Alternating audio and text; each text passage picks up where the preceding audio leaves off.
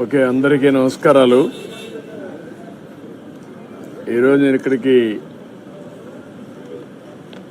స్వచ్ఛ ఆంధ్రప్రదేశ్లో కార్యక్రమాలు చేపట్టడానికి ఇక్కడికి వచ్చాను. వచ్చినప్పుడు మీరే చూశారు, ఇక్కడే 4 రోడ్లు జంక్షన్లో కుప్పలుగా గుట్టలుగా చెత్త వేస్ట్ అంతా కూడా స్టాక్ చేసే పరిస్థితి వచ్చారు. ఇలాంటి గుట్టలుగా పేరుకుపోయినట్టే కానీ ఎక్కడ చూసినా రాష్ట్రం అంతా స్వాగతం పలికే పరిస్థితి వస్తూ ఉంది. 85 లక్షల మెట్రిక్ టన్నులు డ్రై వేస్ట్ ఉండే పరిస్థితి వచ్చింది. ఇది చాలా దారుణం. నేను ఎన్నోసార్లు చెప్పాను మీ అందరికీ, రాష్ట్ర ప్రజలందరికీ, ఎంత పరిపాలన భ్రష్టు పట్టించిందంటే, ఒక పక్క స్వచ్ఛ భారత్ పెట్టి స్వచ్ఛ ఆంధ్రప్రదేశ్ కింద ఎక్కడికక్కడ కార్యక్రమాలు చేసి ఈ సమయంలో ఈ 5 ఏళ్లలో కొన్ని కోట్ల మెట్రిక్ టన్నులు వేస్ట్ జనరేట్ చేసి ఎక్కడికక్కడ స్టాక్ చేసి పెట్టారంటే ఈ ప్రభుత్వాన్ని ఏమనాలి నాకు అలాంటి ప్రభుత్వాన్ని ఏమన్నా అర్థం కావడం లేదు. వాళ్ళ యొక్క ప్రాధాన్యతలు దీన్ని బట్టి అర్థమవుతాయి. దాన్ని నేను చాలా తీవ్రంగా ఖండిస్తూ భవిష్యత్తులో ఇవన్నీ ప్రక్షాళన చేయాలంటే మాకు 1 or 2 years 2-3 సంవత్సరాలు పట్టే పరిస్థితి వస్తూ ఉంది ప్రక్షాళనకు మాత్రం. అక్కడి నుంచి భవిష్యత్తు కార్యక్రమాలు అయితే ఇంకా సమయం తీసుకునే పరిస్థితి వస్తుంది. అంత భ్రష్టు పట్టించారు. ఏదేమైనా వ్యవస్థలన్నీ కూడా స్ట్రీమ్లైన్ చేస్తాం. ఇప్పుడే నేను మచిలీపట్నం పోర్టుకి వెళ్ళొచ్చాను. పోర్టు చూశాను. సర్ప్రైజ్ ఇన్స్పెక్షన్కి వచ్చాను. దగ్గర 3,669 కోట్ల రూపాయల ఖర్చుతో పీపీపీ మోడల్లో ఈ ప్రాజెక్టు పూర్తి అవ్వాలి. అక్టోబర్ 2025కే పూర్తి చేయాల్సిన అవసరం ఉంది. కానీ పనులు మాత్రం 26% ఇప్పటికి పూర్తయినాయి. 24% 865 కోట్ల రూపాయల వర్త్ పనులు పూర్తయినాయి.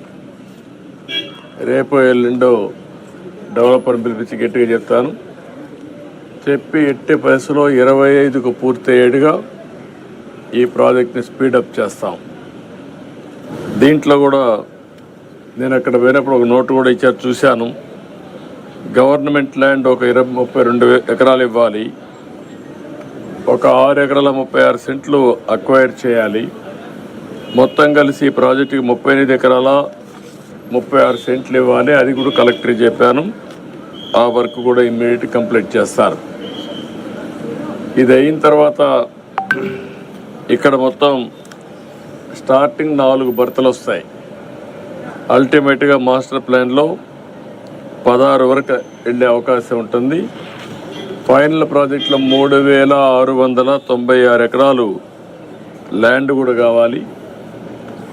ఇప్పుడిప్పుడే స్పీడప్ అవుతుంది.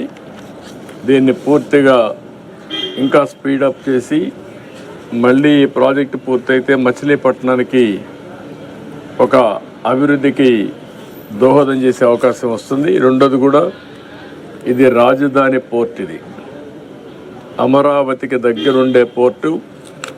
ఒక 45 నిమిషాలు 1 గంటలో ఇక్కడికి వచ్చే అవకాశం ఉంటుంది. కాబట్టి ఈ పోర్ట్ని అన్ని విధాలు అభివృద్ధి చేసుకుంటే ఈ ప్రాంత ప్రజలకే కాకుండా రాజధానికి కూడా ఎంతో ఉపయోగపడే పరిస్థితి వస్తుంది. దానికి కూడా స్ట్రీమ్ లైన్ చేస్తాం.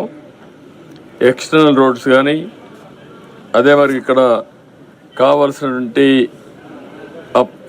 పోలీస్ ట్రైనింగ్ సెంటర్లో స్ట్రీమ్ లైన్ చేయడం కానీ, వాటర్ సప్లై కానీ, ఇవన్నీ కూడా కొన్ని పెండింగ్ ఉన్నాయి. రెండోది ఇసుక కూడా కొరత ఉందని చెప్పారు. అవి కూడా ఇప్పుడు నేను కలెక్టర్ గారికి ఆదేశాలు ఇస్తున్నా. ఈ ప్రాజెక్టుకి ఫాస్ట్ ట్రాక్లో రా మెటీరియల్ కానీ, లేకుంటే వాళ్ళకి కావలసినటువంటి సదుపాయాలు కానీ అన్నీ కూడా పూర్తి చేసి దీన్ని అనుకున్న టైంలో పూర్తి చేయడం ఒక బాధ్యతగా పెట్టుకుంటున్నాం. అది కూడా పూర్తి చేస్తాం. ఈ ప్రాజెక్టును పూర్తి చేయడమే కాకుండా ఈ ప్రాంతంలో పరిశ్రమలకు కూడా మనం నాంది పెరిగితే ఎక్స్పోర్ట్ చేయడానికి వస్తుంది.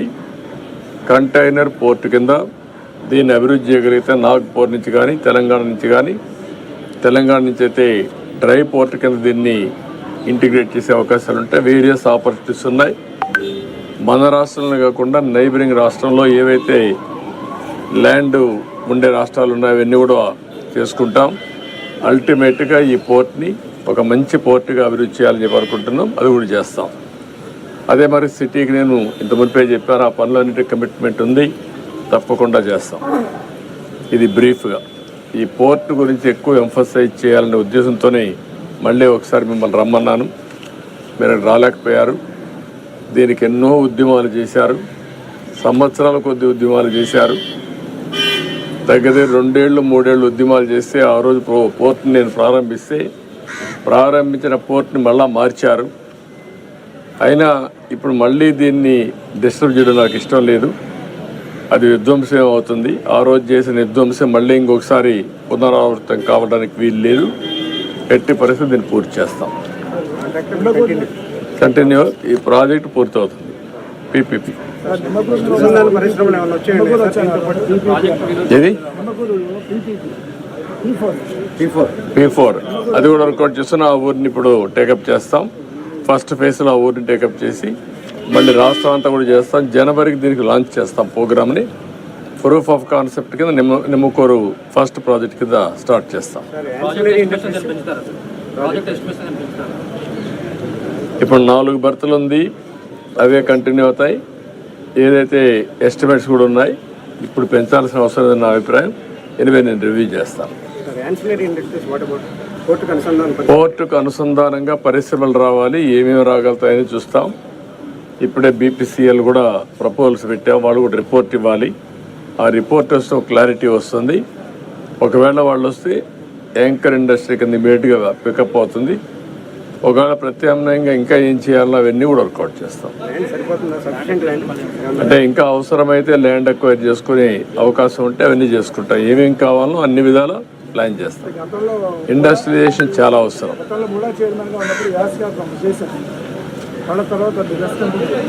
అందుకని ఇప్పుడు ఏంటంటే మెయిన్గా ముందు పోర్ట్ వస్తే చాలా ఇదవుతుంది. ఇప్పుడే మీరు చూసారు నేషనల్ హైవే వచ్చింది, దానివల్ల ఈజీ అయింది. రేపు రేపల్లె వరకు రైల్వే లైన్ కూడా వస్తే కనెక్టివిటీ ఈజీ అవుతుంది. ఈ విధంగా అన్నీ కూడా మచిలీపట్నాన్ని కనెక్ట్ చేస్తూ మనం ఇవన్నీ కూడా చేయాల్సిన అవసరం ఉంది. 6 లేన్ అవసరమైతే ఇంక అన్నీ 6 కాకపోతే 8 కూడా అవుతుంది.